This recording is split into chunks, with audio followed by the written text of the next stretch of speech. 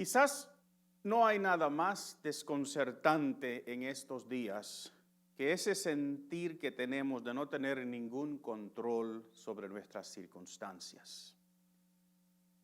Nos sentimos sin poder y en verdad que no tenemos ninguno. Ninguno de nosotros tiene poder para detener la propagación de este virus. Y aunque tomemos medidas para protegernos, esas medidas nos aíslan los unos a los otros, esas medidas nos encierran en nuestras casas, esas medidas a largo tiempo son insostenibles. En breve, estamos sin poder. Y mis hermanos, en momentos como este y quizás en otros momentos que hemos tenido en nuestras vidas, encontraremos que no tenemos poder para cambiar las cosas que suceden a nuestro alrededor. Y esto nos causa estrés, nos causa ansiedad y hasta nos puede causar temor. Una reacción humana típica a esto es tratar de imponernos por la fuerza. Queremos controlar de una manera u otra la situación por la cual estamos pasando. Y ya hemos visto demostraciones en Michigan donde personas se han ido a la calle en frente al Capitolio a quejarse de las medidas que ha puesto sobre ellos la gobernadora. Quieren volver a sus trabajos, no quieren estar aislados, algunos no manifiestan síntomas y se sienten sin poder. Y por eso quieren que la gobernadora cambie estas regulaciones. Y yo supongo que esto puede empeorar en las próximas semanas. En esta semana hemos visto a nuestro presidente discutir con los gobernadores acerca de quién tiene o no el poder para abrir la economía, para abrir el país otra vez, como ellos mencionan. Es ese deseo de que nuestra gente vuelva a sus empleos para que la economía pueda levantarse de las cenizas donde está ahora mismo tirada. Como es típico de nuestros políticos, ambos lados citan la Constitución como su respaldo. Nuestro presidente insiste que él tiene el poder de hacerlo, mientras que los gobernadores dicen que él no tiene la autoridad por la Constitución para hacerlo. ¿Hay una diferencia entre poder y autoridad? Pues obviamente sí. Y una simple definición pudiera ser que el poder es la fuerza necesaria para hacer algo, mientras que la autoridad es el derecho de hacerlo. Lo digo otra vez, el poder es la fuerza necesaria para hacer algo, mientras que la autoridad es el derecho de hacerlo. Permítanme recordarles que el Señor a quien nosotros servimos no solamente es todopoderoso, pero tiene autoridad sobre la creación. Él tiene la capacidad de ejecutar, Él es todopoderoso, pero también tiene la autoridad, el derecho de hacer lo que Él quiere. Y esa autoridad divina es también los que nos mantiene a nosotros como iglesia enfocados en la misión que Dios nos ha dado, aún en medio de una crisis. Y por eso en el día de hoy yo quiero tratar este tema usando un pasaje bíblico y quiero hablar de la autoridad en medio de crisis. Quiero compartir un pasaje bíblico bien conocido en el mundo cristiano, pero que yo creo que es bien relevante para nosotros en el día de hoy. Y quiero que abran sus Biblias en el libro de Mateo, en el capítulo 28, en los versos 16 en adelante. El Evangelio según Mateo, capítulo 28, versículo 16 en adelante. Y la palabra del Señor dice así: Pero los 11 discípulos se fueron a Galilea, al monte donde Jesús les había ordenado. Y cuando le vieron, le adoraron, pero algunos dudaban. Y Jesús se acercó y les habló diciendo: Toda potestad me es dada en el cielo y en la tierra. Por tanto, id y haced discípulos a todas las naciones, bautizándolos en el nombre del Padre y del Hijo y del Espíritu Santo, enseñándoles que guarden todas las cosas que os he mandado, y he aquí yo estoy con vosotros todos los días, hasta el fin del mundo. Amén. En forma de paréntesis, si usted me ha escuchado hablar de este pasaje antes, yo les he dicho varias veces que esta declaración que nosotros llamamos la Gran Comisión no comienza en el versículo 19 con las palabras por tanto id, sino que comienza al final del versículo anterior donde dice Jesús, toda potestad me es dada en el cielo y en la tierra. Esta palabra potestad quizás no es una que usamos todo el tiempo, pero su sinónimo, autoridad, sí la usamos. Así que nosotros pudiéramos repetir este verso y decir que Jesús dijo, toda autoridad me es dada en el cielo y en la tierra. Y entonces viene su declaración, por tanto, id por todas las naciones y haced discípulos.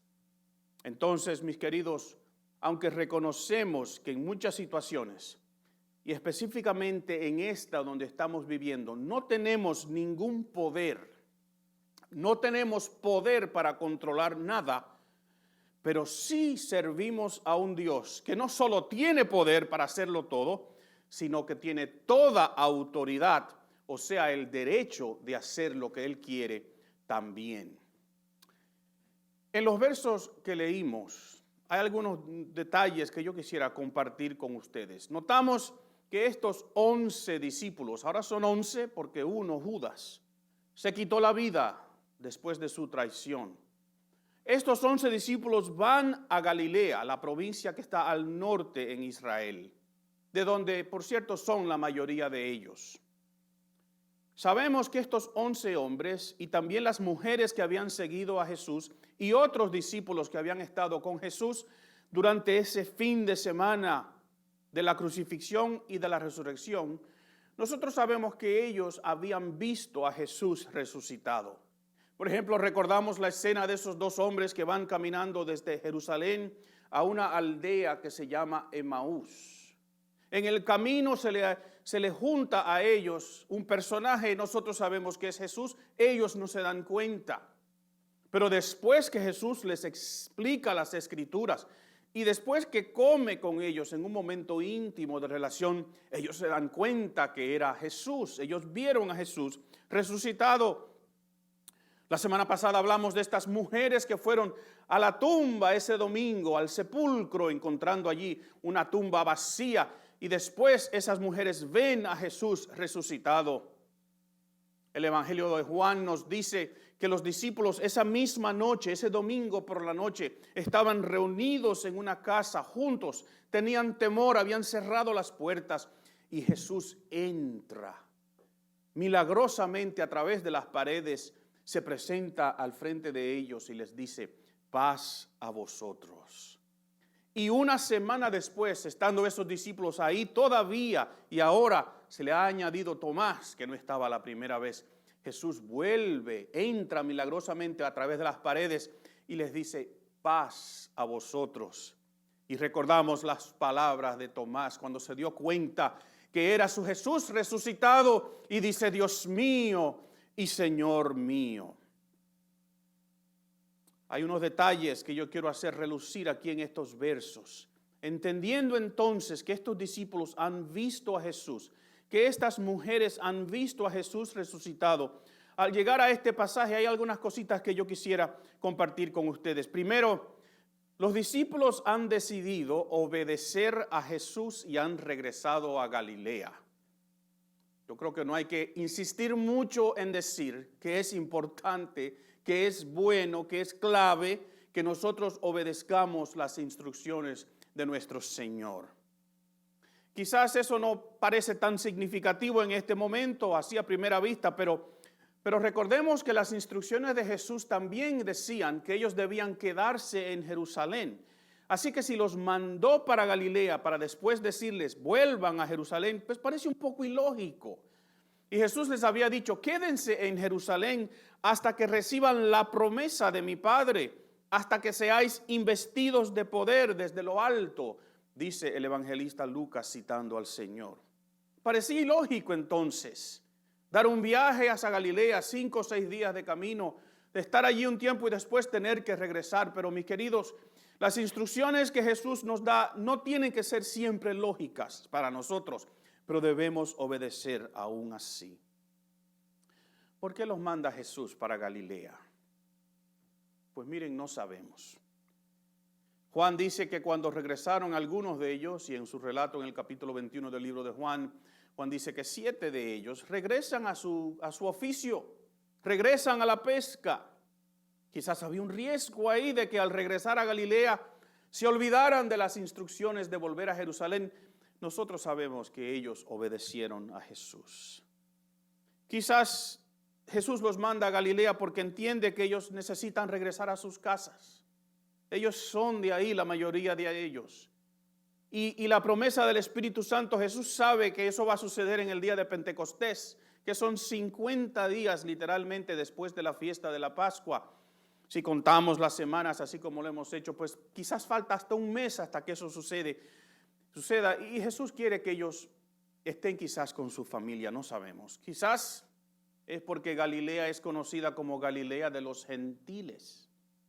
Y Jesús quiere darles a ellos una opción objetiva aquí, dándole esta gran comisión en medio de una región donde hay muchos gentiles, para que ellos entendieran que este mensaje de salvación era para más que solamente su pueblo, los judíos. Quizás los llevó a Galilea porque fue allí que Él les enseñó la mayoría de las cosas que Él les enseñó a esos discípulos. Y recordamos, por ejemplo, la escena del monte donde el Señor predica el sermón del monte, como le llamamos, donde da una serie de instrucciones. Y sabemos ahora que en esta gran comisión que le da a sus discípulos, les dice que les enseña a ellos todas las cosas que yo les he enseñado a ustedes. Quizás por eso Galilea, pero no sabemos. El punto es, mis queridos, que no tenemos que saber exactamente por qué Jesús nos dice que haga algo. Si queremos tener una relación con un Dios, con un Señor que tiene todo poder y toda autoridad, pues entonces tenemos que aprender a obedecerle. No importa lo que Él nos diga o no importa si nosotros podamos entender eso o no. La segunda cosa que yo quiero que ustedes vean en este pasaje, en el verso 17, dice que cuando los discípulos vieron a Jesús, le adoraron, pero algunos dudaban. En el idioma original, la frase es literalmente, cuando le vieron, le adoraron, pero dudaban. Y obviamente uno lee eso y uno dice, pero ¿cómo es entonces? ¿Quién era que dudaba? Algunas personas dicen que eran algunos de los 11 los que dudaban. Otros consideran que son otras personas que se han añadido al grupo. Recuerden que en Galilea Jesús tiene muchos seguidores. Y después Pablo, escribiéndole la carta a los Corintios, le dice que más de 500 personas vieron a Jesús resucitado. Así que es posible que los que dudan son esos que se han añadido al grupo, pero están viendo a Jesús resucitado por primera vez. Recuérdense, los discípulos vieron a Jesús resucitado ya. Otros dicen que los 11 adoraron y los 11 también dudaron. Y uno dice, ¿cómo será posible?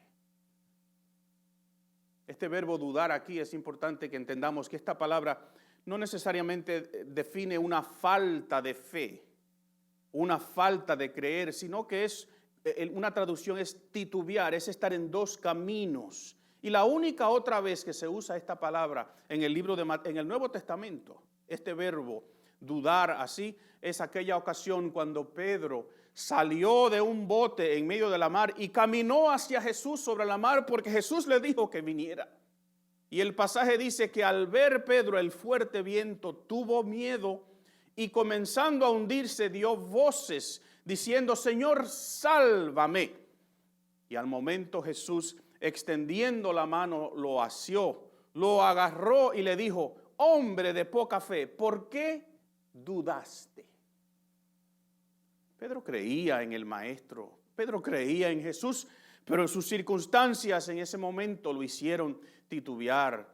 Y lo que yo quiero que entendamos por esto, mis queridos, es que aun cuando estamos en la presencia de nuestro Señor, aun estos hombres que están adorando a Jesús resucitado, aun cuando estamos en oración, en adoración, Podemos tener momentos donde nuestras circunstancias, la situación por la cual estamos pasando, causa que dudemos, causa que nuestros pensamientos sean dobles, causa que titubeemos. Y está bien, hermanos. Es normal como seres humanos que tengamos sentimientos como esos. Pero lo importante, mis queridos, es estar donde Jesús nos mandó a estar. Hoy no nos podemos reunir como iglesia aquí hoy domingo, pero donde tú estás, tú eres la iglesia. Donde Jesús está, tú debes estar. Donde Jesús te ha dado instrucciones que vayas, es donde tú debes ir. Lo tercero que yo veo en este pasaje, que me llama mucho la atención, está en el principio del verso 18. Y dice, y Jesús se acercó. Jesús se acercó para hablarles. Miren, puede que esta frase sea un mero detalle de Mateo para darnos la escena. Puede ser que simplemente sea Mateo presentando un poquito de información. O puede que Jesús vio en sus rostros la duda, vio la incertidumbre, vio que estaban algunos de ellos quizás confundidos. Y Jesús decidió acercarse para hablar con ellos más íntimamente, para que los reconocieran, para que sintieran su presencia más de cerca. Miren, yo le digo que yo prefiero que esta expresión no sea un mero detalle de parte de Mateo. Yo prefiero creer y pensar que en mis momentos más difíciles, en esos momentos que aunque yo esté adorando y orando y buscando la presencia de mi Señor, en esos momentos las crisis y las circunstancias que estén a mi lado me causen titubear, yo prefiero pensar que lo que Mateo me está diciendo es que Jesús entiende eso y se acerca a ti para darte ánimo, para darte fuerza, para darte confianza, para hacer como hizo con Pedro y extender su mano y agarrarte, aunque después te diga, ¿por qué dudaste? Entonces, mis queridos, con todo esto en mente, hay una idea aquí que yo quiero compartir con ustedes y que se quede grabada en nosotros. En medio de esta crisis, el Señor tiene toda autoridad y Él nos promete su presencia. En medio de esta crisis, el Señor tiene toda autoridad y nos promete su presencia. Los versículos 18 en adelante, los leo de nuevo, dicen, y Jesús se acercó y les habló diciendo, toda potestad me es dada en el cielo y en la tierra, por tanto, id y haced discípulos a todas las naciones, bautizándolos en el nombre del Padre y del Hijo y del Espíritu Santo, enseñándoles que guarden todas las cosas que os he mandado, y he aquí, yo estoy con vosotros todos los días hasta el fin del mundo. Nuestro Señor tiene toda autoridad. Toda autoridad se le ha dado y tiene en el cielo y en la tierra, que es una manera de ese escritor, es decir, en todo lo que nosotros conocemos como la creación. Nuestro Señor tiene autoridad y Él promete estar con nosotros para siempre. Y por tanto, mis queridos, nosotros no desmayamos, nosotros no retrocedemos. No nos angustiamos en gran manera. Nuestro Señor sigue teniendo toda autoridad, la que el Padre le ha dado, y promete que va a estar con nosotros hasta que el tiempo termine. O sea, hasta que Él regrese por su iglesia y estemos juntos por toda la eternidad.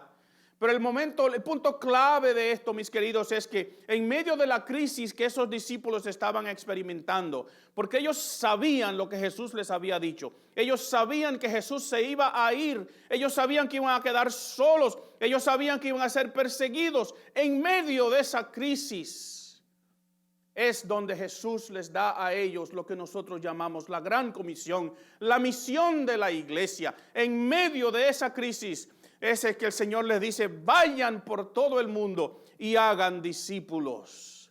Y esa misión que les dio a esos que estaban ahí es la misión que nos ha dado a nosotros también. Nuestra misión es hacer discípulos, mis queridos, y no hay crisis que la cambie. Y en medio de esta pandemia, la iglesia y la misión que nosotros tenemos, cada uno de nosotros, es de seguir haciendo discípulos. Miren, mis queridos, la iglesia por toda su historia ha tenido crisis. Han habido grandes persecuciones, debates teológicos, divisiones, herejías, han habido fallas, han habido problemas, han habido ataques de afuera, problemas de adentro. La historia de la iglesia está llena de relatos de serias dificultades. Lo ha sido así desde que comenzó. En el libro de los Hechos vemos que Juan y Pedro son azotados. Ya para el capítulo 3 del libro de los Hechos les están dando golpes, los están persiguiendo, están en contra de ellos y en contra de la iglesia. Nosotros vemos en el día de hoy hermanos nuestros que mueren en países perseguidos por su fe. Y aún si quisiéramos decir que es persecución, vemos que aquí en los Estados Unidos se nos amenaza. En algunos gobiernos estatales ya han amenazado a cerrar las iglesias si se atreven a reunirse y aún si se atreven a hacer lo que yo estoy haciendo ahora. La iglesia siempre ha pasado por crisis y la iglesia siempre también ha tenido la misma misión. Y ha tenido esta misma declaración de parte de Jesús y ha tenido esta misma promesa de parte de Jesús. Toda potestad me es dada en el cielo y en la tierra, por tanto, id y haced discípulos a todas las naciones, bautizándolos en el nombre del Padre y del Hijo y del Espíritu Santo y enseñándole todas las cosas que yo os he mandado. Y he aquí, yo estoy con vosotros hasta el fin del tiempo. Mis queridos, quizás nosotros no tendremos poder sobre nuestras circunstancias, pero tenemos autoridad, no una autoridad nuestra, sino aquel que nos envía y del que nos promete su presencia en medio de cualquier crisis. No tendremos poder sobre nuestras circunstancias, pero tenemos autoridad, no nuestra, sino la del que nos envía, la del que envió a estos discípulos, las que nos envía en el día de hoy y la del que nos promete su presencia en medio de cualquier crisis. Los seres humanos podrán discutir entre ellos si tienen poder o no para hacer una u otra cosa. Y nosotros les dejamos esas discusiones a ellos. Pero nosotros, la iglesia, tiene la autoridad de nuestro Señor para cumplir su misión en medio de esta crisis y tenemos la promesa de su presencia hasta el fin de los tiempos. Por tanto, no permitas que las circunstancias por las cuales estemos pasando, la situación por la cual estamos atravesando, no permitas que eso te haga titubear como hizo aquella tormenta con Pedro. Es una reacción normal dudar, titubear, estar perplejos, pero reconozcamos, hermanos, reconozcamos que nuestro Señor tiene todo poder y toda autoridad para usar ese poder también y que nunca nos deja. Y Jesús se acerca a ti hoy para darte fuerza y esperanza en medio de esta crisis. Al terminar hoy quiero que consideremos que nuestra relación con Dios y con nuestro Señor Jesús no sucede en el abstracto, sino en nuestro diario vivir. No nos podemos reunir en este edificio, pero donde quiera que estemos, somos la iglesia y tenemos la misma misión. Por tanto, mis queridos, pidámosle al Señor que nos permita ser su iglesia, con esa singular misión que tiene. Y aunque estemos aislados, aunque estemos encerrados, aunque estemos desconectados, pidámosle a Dios que nos dé a alguien a quien nosotros podamos hoy, esta semana, comunicarle este mensaje de salvación, aunque sea con una llamada de teléfono.